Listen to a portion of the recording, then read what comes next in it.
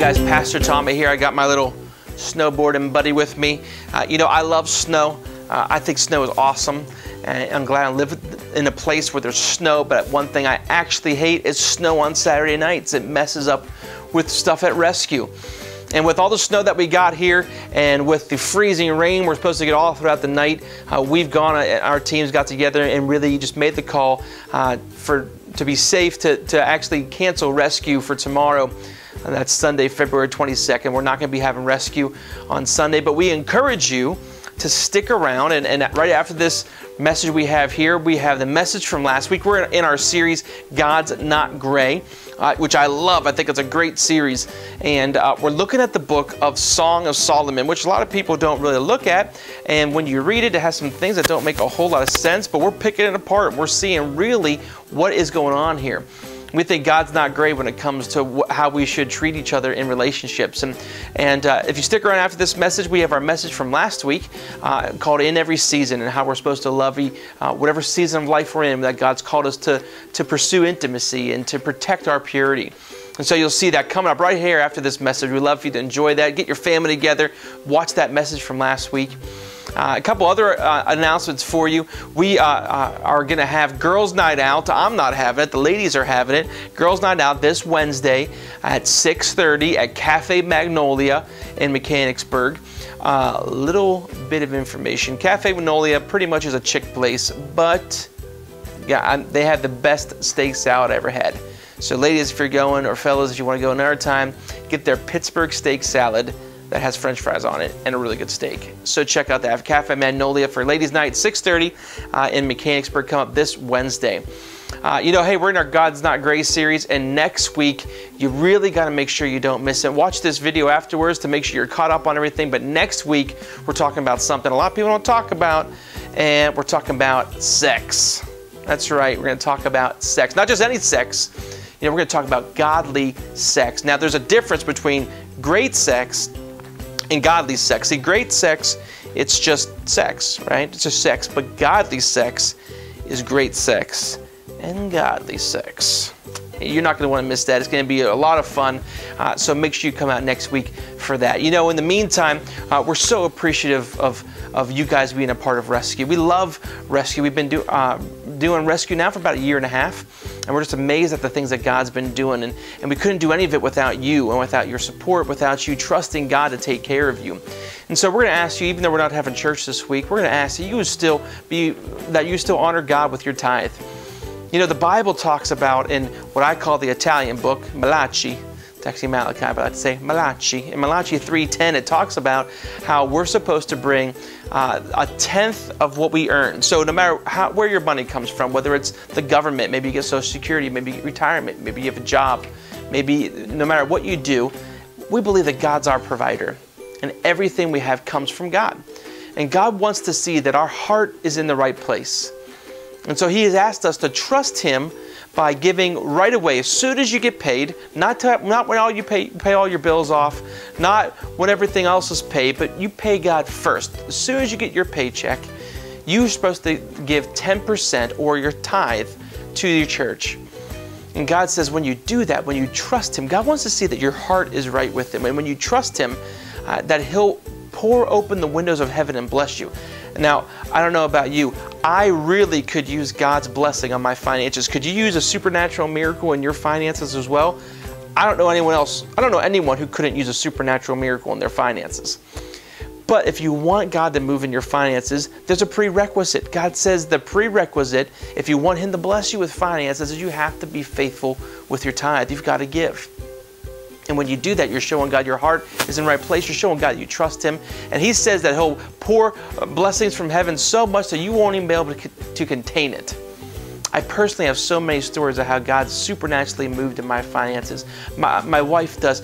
I know countless people in our church have testimonies about how God's moved in our finances. And all that started with planting the seed of a tithe. If you think about that way, when you tithe, you're planting a seed saying, God, I trust that you're going to take care of me. And just see what that seed will turn into when you trust God. So we have a couple ways to give. If you want to send in a check, you can send in a check to Rescue Community Church. Our mailing address is Rescue Community Church, P.O. Box 554, and that's in Camp Hill, PA. And that's 17001, or you can give via text. You could do it right now. You can get out your phone, boom, boom, boom, and you can text right now. You can text just text a number, say maybe 100 RCC tithe. That lets us know it goes in our general account there. 100 RCC tithe, or whatever amount you want. You can text that to 717. This number right here, 717-398-3558. You can text it there, and we can do that, or you can give online. We encourage everyone to give online. It's simple, it's easy, it's quick, and it's a great thing. You can go to rescue.cc/give, and you can even set up automatic giving. You know, we as a church would not exist without you supporting the work we're trying to do. We're trying to go out and rescuing everyone who's hurting. You know, we reach people who are hurting, who are far from God, maybe who wouldn't step through the doors of any other church. And so we're trying to do what we can to show people the love of God, and so we're rescuing them. We're then going to try to renew them, and help disciple them, to change the things in their life that are keeping them from God, and then to finally repeat the process, to make disciples who make disciples who make disciples, and through that we believe we can reach our city. And we couldn't do it without you, so thank you so much. So take a few moments. You can text your tithe in, go online and do it. We really appreciate that. And sit back and watch this message here from this past week in our God's Not Grace series entitled In Every Season. I miss you guys this week, and we will see you next week for Godly Sex. It's going to be good. All right, we'll see you guys. You are listening to Rescue Community Church. For more information, check us out at www.rescue.cc. Every season. Last week we talked about faithful attraction, that there are 4 qualities of attraction that we have to look for. And next week, I just want to warn you, next week we're going to talk about godly sex. All right, so you want to make sure you're here for that. There's a difference between godly sex and great sex. Great sex is great sex. Godly sex is great sex and godly sex. And if that doesn't make you excited, maybe you should just give your life to God right now, because you need that equation in your life. So make sure you're here for that next week. But this week, we're talking about in every season. If you want to bow your heads, we'll pray, and we'll just ask God to be with us here today. Dear Lord, we thank you so much. Jesus, that is high behind you. Let my words be your words here today. Speak to us, Lord, in Jesus' name. Amen. Amen. I want to look at how we pursue a potential spouse. And if you're married, there's qualities that we can look for in this as well. And so we're going to look at how do we actually pursue our spouse, pursue our partner, and if we're married, in every single season of our relationship, how do we do that?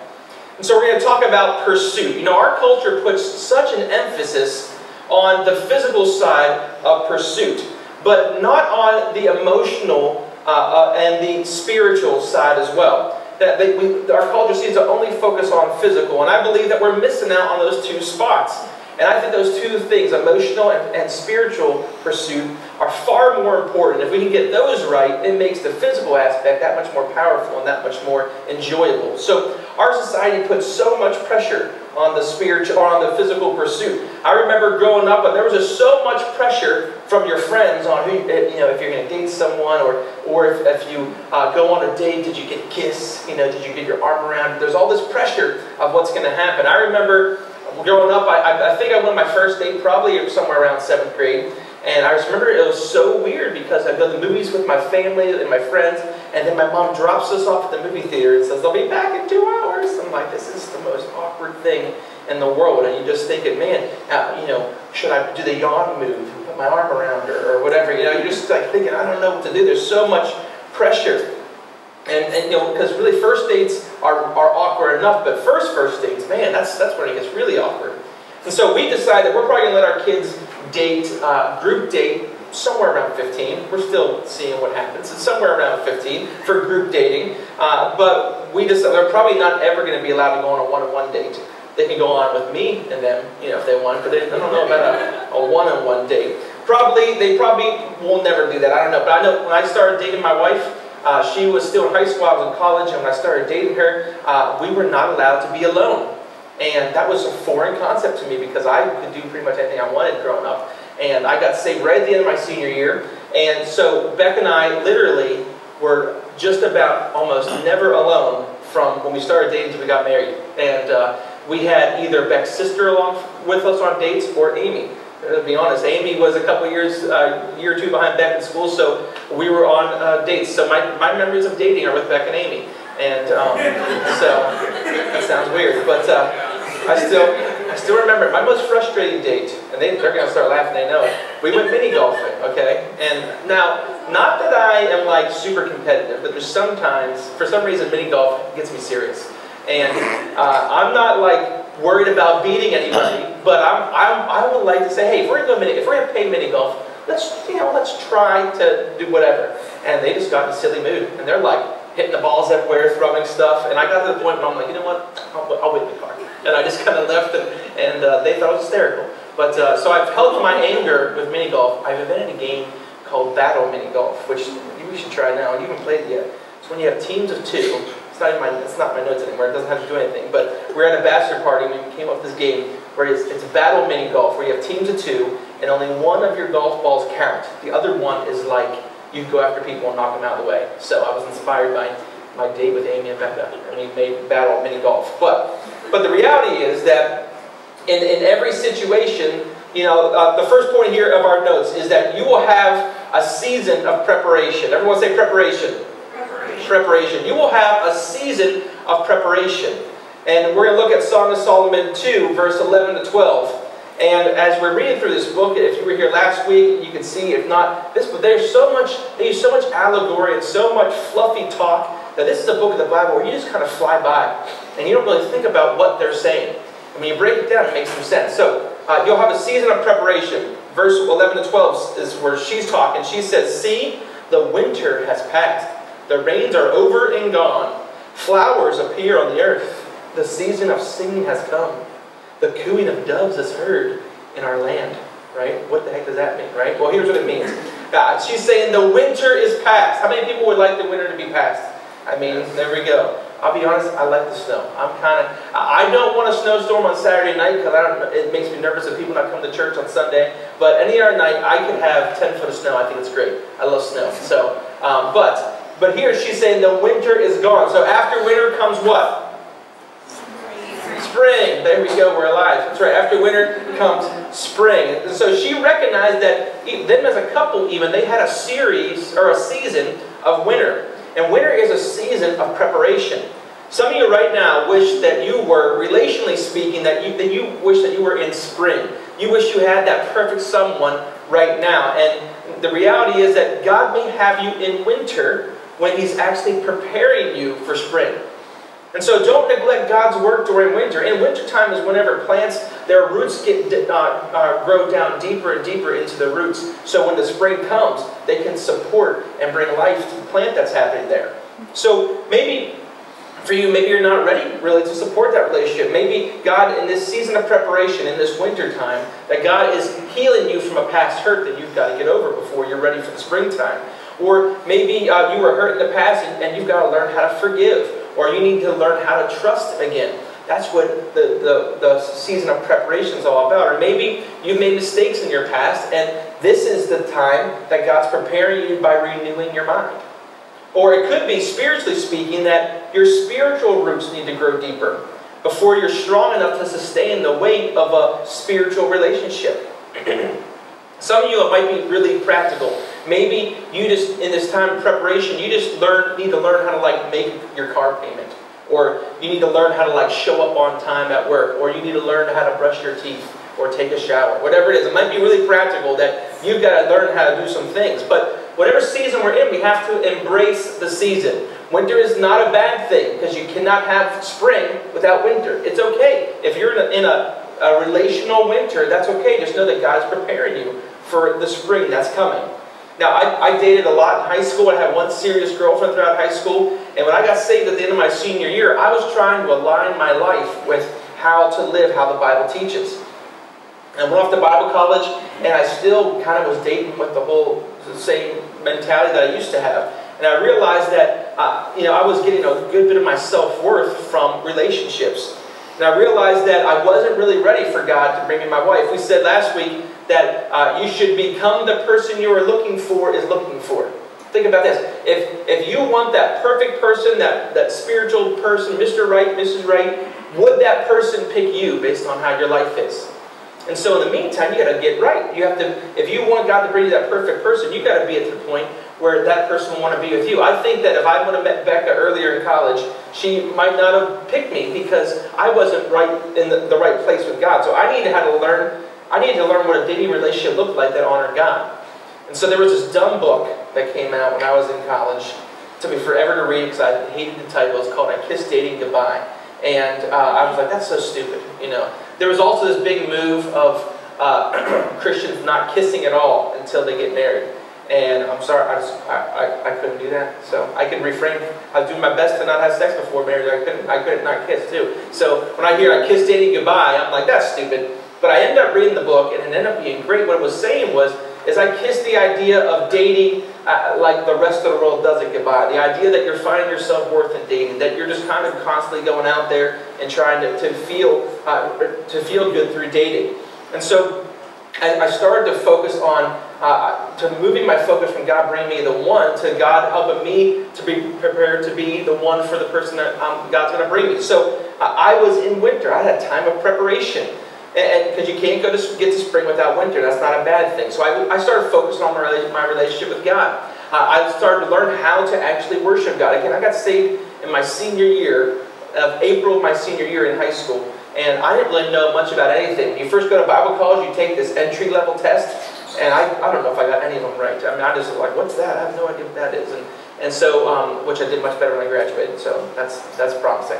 But so they did a good job. But so when I went there, I started to learn how to worship, about how to have a real relationship with God. I got close with friends from school. In fact, my best friend from college, my friend Lee, we still meet. I meet him every week, pretty much.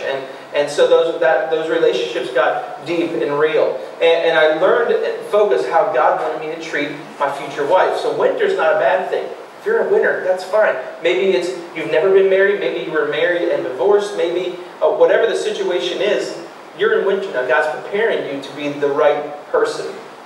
And winter's not a bad thing. In fact, for me, it was actually in spring of 1998 where I met God. So the springtime came there for us. And so God introduced me to Becca. But God needed to do a work in my life. I needed to become the person I was looking for. And so you'll have a season of preparation. The second thing you'll have is a season of infatuation. Everyone say infatuation. Infatuation. Anyone else sing Maroon 5 song in your head? All right, sorry. Infatuation. Sorry. But when this is the stage when you first start dating somebody, and all of a sudden, all the love songs just start to make sense, right? And I mean, that's what she says there. She's like, ooh, the cooing of doves. You know, she's hearing the birds sing. You feel like Cupid's shooting you with his love arrow. And you go to the drugstore, you become that woman, and just, yes, you're so excited about cars. The birds are chirping. Fellas, chick flicks start actually making sense to you. Like, this is great. And you get caught watching, The Notebook by yourself, and you're just crying because you know what love is all about now. That's most likely what's going on here in verse 8 to 10. Look here on chapter 2, verse 8 to 10. It says, "Listen, my beloved, look, here he comes, leaping across the mountains." Wow. "Bounding over the hills." Doesn't that sound great? "And my beloved is like a gazelle or a young stag." Right? So what's happening here? She's saying, here he comes. I'm excited to see my boyfriend there. And so she says, there he stands behind our wall, gazing through the windows, peering through the lattice. What's he doing? He's like playing peekaboo with her. He's like, hey, what's up? The good kind of peekaboo, not the creepy kind, right? He's not peeping Tom. He's like playing peekaboo with her here. And says, my beloved spoke and said to me, arise, my darling, my beautiful one, come with me. They're here in a spirit of infatuation. Picture it. He's in love. So what's he doing? He's saying, I'm coming to see you. I'm excited. We're going to go to the movies tonight. I got a rose just for you. I made you a card, and it says that here he comes bounding over the hills, just skipping along. We're going on a date. They're so infatuated with each other in this moment. There's a season of infatuation. And in that season, everything seems perfect. Right? I remember when Beck and I were in that season of infatuation. Well, I would either live 2 hours from her if I was at school, or 3 hours from her if I was back at home in Pittsburgh. And each time I came to visit Becca, she lived in Gettysburg, so I would get off the exit, and I would stop and have to take my 1993 Z24 through the car wash. You know, that stick shift, power sunroof, that's right, power sunroof. It was a pretty sweet car. And I would take and get it washed, and I would go and buy her a single rose, right? And I would come down, and I would bring it to her, and I would call her, somehow, I don't even know if this is accurate, but someone told me that Bubba was Russian for baby, so I called her my Bubba all the time. So I just called Becca Bubba. So that's a, you know, Bubba don't shrink, you know, whatever it is. So I just called her my Bubba. And so there was even a time where, you guys have heard of Tommy Hilfiger, right? And you've heard of, there was a line that they had called Tommy Girl. Well, at one point, I went and bought this tank top for Becca, not me, and it said Tommy Girl on it, and I went to Michael's, and I got, like, you ever see those puff pens that you can, like, draw on shirts and squeeze it out? And I was super creative. So Tommy Girl, I put apostrophe S. And so it said Tommy's Girl. And it got me some points. It got me some points there. So in that infatuation stage, I made that Tommy's Girl shirt that we still have there. But researchers say that the infatuation can last, get this, infatuation can last anywhere between 1 day, I guess they get really irritated to you and it's just done. It can last between 1 day and 6 months. And in some really, really rare cases, it can last up to 2 years. I think that's pretty cool. It makes sense because if you look in high school, even in college, I think probably a long relationship, most relationships end right around 6 months. Wouldn't you think so?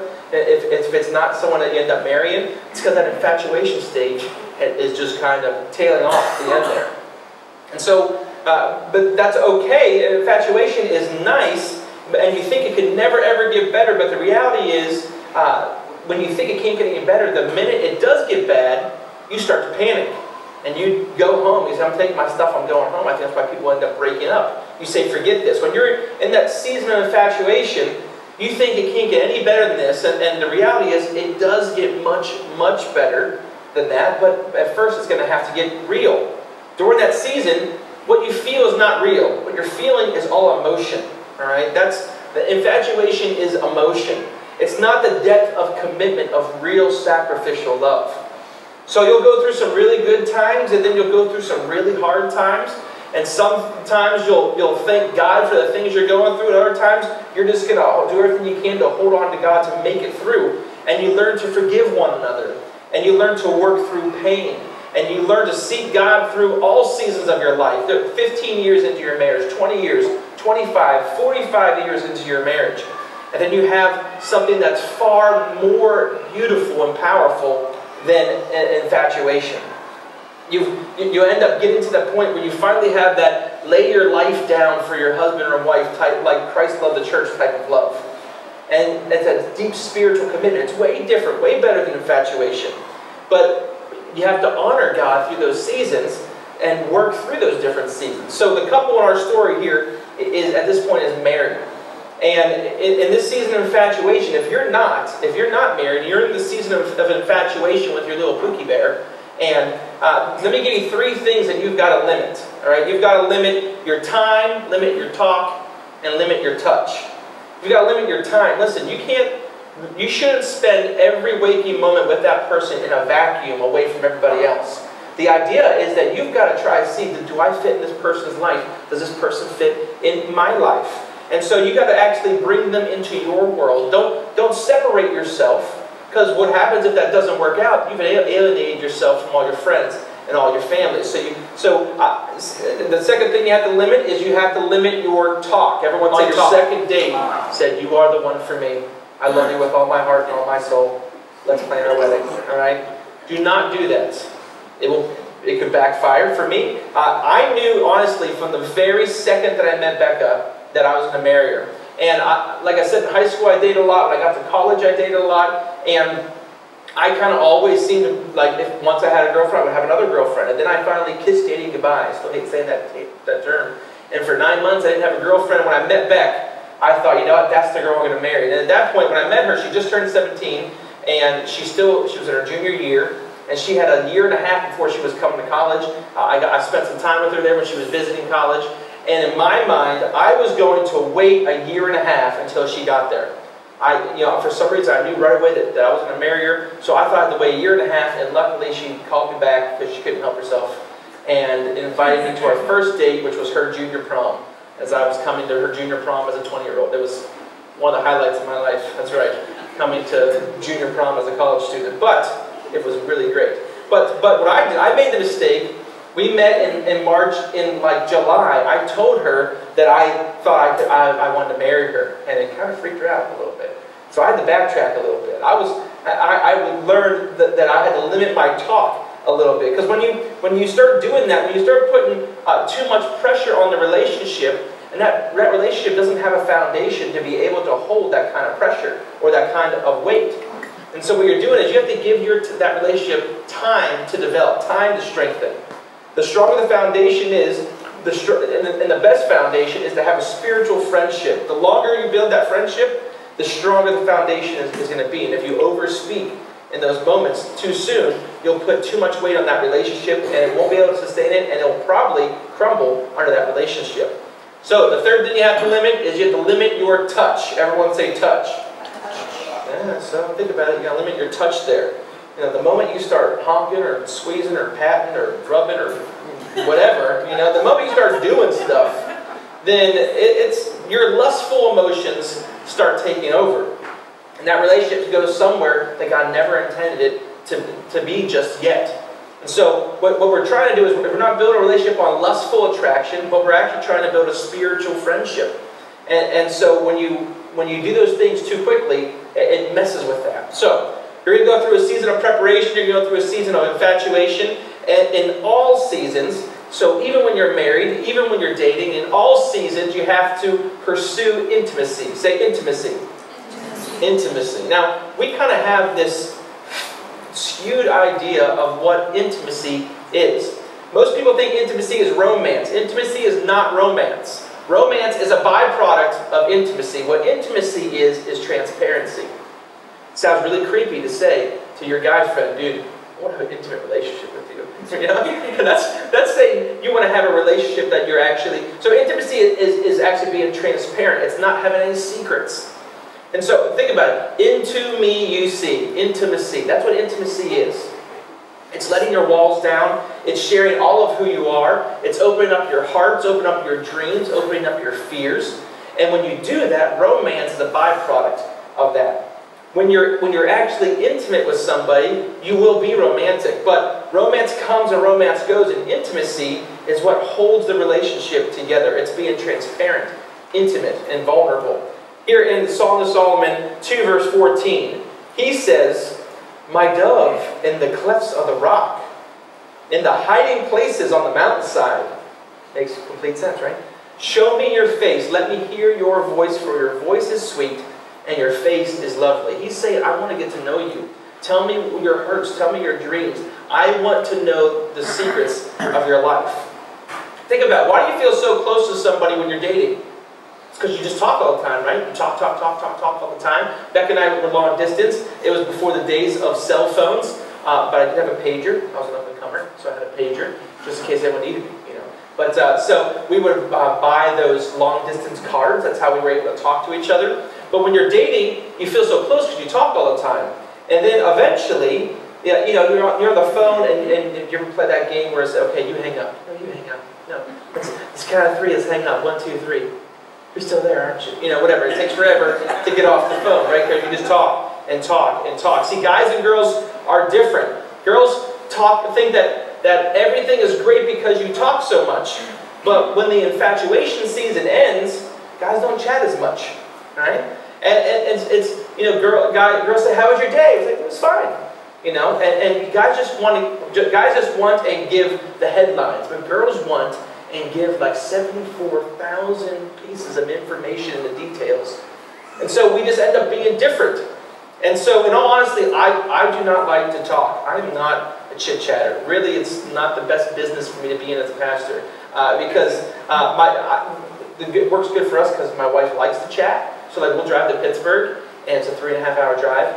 I'll talk about 10 minutes. And of that 10 minutes is going, yeah, oh, that'd be great, yeah. So, and it works because she likes to talk. I'm actually listening. I've learned, guys, you can't say, you have to actually listen, because when the test comes, you have to be paying attention. Okay, so, but I'm not a chatter, but my wife, she's a woman, so she likes to chat. So I need to learn, though, on a daily business to actually give some details. I need to actually let her know what I'm feeling. And I feel like, as a man, you feel like you have to keep it all together. You have to like keep your fears or your pain or whatever inside. But your woman wants to hear that. And when you actually, that's what intimacy is. It's sharing your dreams, sharing your hurts, and talking about that. And so if you want to actually take your relationship to a deeper level, talk about your fears. Open up and talk about where you feel weak.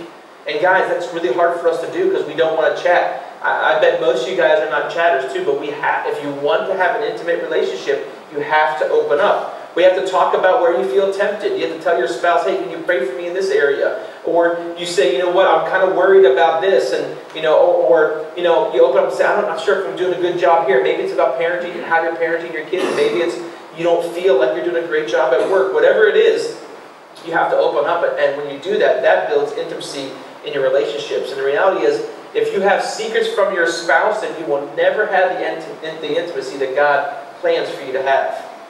And so when you're married, it's easy to think that you're close. It's a trap that we can fall in. It's easy to think that you're close because you share just about everything, right? You share a house, you share food, you share toothpaste, you share a bed, you share a toilet. So guys don't have greatest aim. You can clean up after yourself a little bit, fellas. They appreciate it, right? So you share everything. So you think you're close just because you share things. But if you don't share your feelings, you will lose intimacy.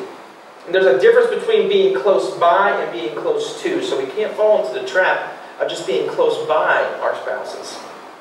The last point here is we have to protect your purity. You have to protect your purity. Here in verse 15, first I want you to see it starts off by saying he. He is the one who is setting the standard for purity in the relationship. Guys, you should be the one, we talked about last week, you should set the tone with coming to church. You should set the tone with that you're the spiritual pastor of your family. And here, you should set the tone with purity in your household. Whether you're in a dating relationship or married, you should set the tone. He says, catch for us the foxes, the little foxes that ruin the vineyards. Remember last week we talked about, she referred to her body as a vineyard. Here they're talking about their bodies. So catch for us the little foxes that ruin the vineyards, our vineyards that are in bloom. Okay, all right. But the guy sets the tone. The guy is the one who says we need to honor God here, and he says, look, catch for us the foxes. Now, what did the foxes do? Well, the foxes would come and they would eat the blossom. So for a vineyard to grow, a blossom would grow on a branch. That blossom would fall off, and when it does, it would fall off when a bud would come out, and then a grape would eventually come out. So what would happen is these foxes would come in, they would eat the blossoms, and if the blossom didn't fall off in the right time, it was taken by the fox, then there would never be a bud, and there would never be a grape. There would never be a raisin. I'm talking about raisins. Anyway, so if you want raisins. No, so he says, catch for us the foxes that steal, really, this process that's supposed to happen. And so if you aren't married yet, and you're with somebody who is constantly trying to compromise sexually, then you need to realize that you're with someone who doesn't fear God. That's not a good thing. You should be with a guy who sets the standard of wanting to honor God. That's not good. So basically, when it comes to sexuality and purity in your dating relationships, I said last week you have one of two options. You can choose to either honor God together, or you can choose to sin together. And which foundation do you want to build your relationship upon? So how do you protect your purity? How do you do that? Whether you're married or not, the first thing you have to do is you have to stay close to Jesus. When you stay close to Jesus, when you actually spend time with Him, when you actually have a relationship with Him, when that temptation comes, the Bible says that you have to hide the secrets of the Word in your heart so you can use them later, basically. So when you're closer to Jesus, God will speak to you and say, you shouldn't be doing this, and you can stop. Whether it's before you're married, or whether, when you are married and you're at work and that pretty girl comes on to you, if you're close to Jesus, you're going to say, okay, hold on, and you're going to do what you can to be out of that situation. And then beyond that, the second thing you have to do is you have to guard your mind. We're talking, this series is called God Is Not Gray. And it's obviously a play on from 50 Shades of Grey, right? And I am a little bit disturbed by, if you want to watch that movie, that's fine. But if you're saying you want to honor God, if you're saying that I'm a Christian and I want to do what I can to honor God, then you really should not be seeing that kind of stuff. You've got to guard your heart to protect your purity. You have to guard your heart and guard your mind. And that comes from things that you shouldn't see. Certain movies are not going to help your purity. Certain music, it's just you shouldn't listen to because it's terrible. But other music is actually, says stuff that shouldn't be good. Or looking at pornography or whatever it is. You've got to guard your mind if you want to protect your purity. I think the devil will tempt you and say, it's not a big deal, it's just this, it's just that. But really, that stuff gets into your soul. And so, you really got to do everything you can to protect your purity. And if you're single, there's a couple of things you can do. Right up front, you've got to explain your standards right up front. When I first started dating Beck, I'd say, hey, listen, I haven't been pure in my life before, and I'm going to do it. I want to be pure now. And right up front, we knew, okay, we're not going to have sex before we get married because we want to honor God. When you meet someone, just tell them, hey, listen, there's certain things I'm not going to do. That's what this lady did in the first chapter of Song of Songs. She said, I'm not going to be like those veiled women. She said, there's certain things I'm not going to do to get you. And you can't wait until you're in the back seat of the car, right? And everything's getting all steep, and you're like, hold on, I'm not going to have sex before I get married. That's not the time to bring it up. It should be something that's brought up in the future. Another way you can, if you're single, to protect your purity is to keep 4 feet on the floor. Just do whatever you can to keep 4 feet on the floor. All right. So when you're sitting there and watching a movie, you're pretty good. But the moment she puts her legs up on your lap and you're under the blanket, and you're like, hey, some nice smooth legs. You start thinking about other things. So as long as you can, keep both feet on the floor. The other thing you can do is keep everything buttoned, zipped, latched, zip tied, whatever you got to do. Keep everything just together, right? It is way easier to keep your purity with your clothes on than with your clothes off. So it has to be in the Bible somewhere, I'm sure. But it's easier to do it that way. So I want to show you what happens here as we wrap up. They went through a season of preparation. Then they went through a season of infatuation. They're married now. They pursued intimacy. They protected their purity. And I want you to watch what this wife says to her husband. She says in verse 16 to 17, she says, my beloved is mine, and I am his. In the last chapter, she said that he said that you are a lily among thorns, right? So she says, my beloved is mine, I am his. He browses among the lilies. Right? So it's in the Bible. Until the day breaks and the shadows flee. Right? Think about that. Turn, my beloved, and be like a gazelle or the young stag. Everyone say young stag. Young stag. Be like the young stag on the rugged hills. All right, what's she saying here? She's saying, until the day breaks. She's saying, I want you all night long, right? That's a good thing. If you're married, it's a good thing, okay? So, all that, they went through all the right processes. And she's saying, until the day breaks. Listen, if you want what everybody has, do what everybody does. But if you want what few people have, you got to do what few people do. And through all that, you have to actually seek Jesus first in your life. Just ask you to bow your heads and close your eyes. We're going to close here today. I want you to think about that. Think about going through these different situations. Maybe you feel like you are in winter. Maybe you would say, I'm not with somebody now. I'm frustrated. I wish I was in springtime. I wish I was there. And maybe you'd say, I feel like I'm stuck in winter. But the reality is that God is preparing you for the spring. God is preparing you for a relationship later. So don't get frustrated. Don't feel like you have to rush out of winter. In those moments, God is building your roots. God is strengthening your roots. And if that's you today, I just pray that God will help you see what is happening in this time. Grow closer to God. Press into His presence and trust that He'll bring you to the next season in the right time. Or maybe you're in a season of infatuation. You know what? Infatuation is great. It turns into real love down the road. But we have to do whatever we can to protect that. And in all our seasons that we're in, we've got to pursue intimacy. We've got to do whatever we can, not necessarily to chase romance, but to chase intimacy, to chase having no secrets, to chase being close, to chase opening up to our spouse Open it up to the people in our life. And in all seasons, we've got to protect the purity of our lives, protect our minds, protect the things that we see, the things that we do. Father God, I just ask that you will strengthen our relationships here. I pray that Rescue is a church full of people, God, who do whatever they can to have a good relationship, that they will protect their purity, that they'll pursue intimacy, God. And in these seasons, whatever season we're in, that you'll strengthen us. Use us, God, to do great things for you.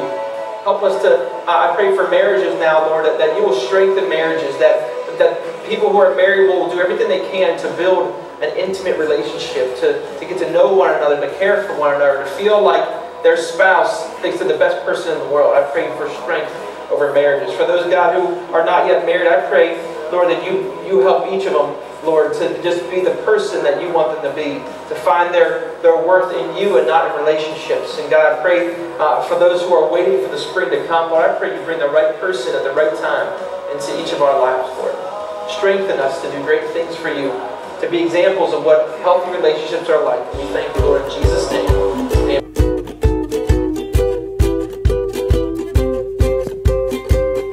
You are listening to Rescue Community Church. For more information, check us out at www.rescue.cc.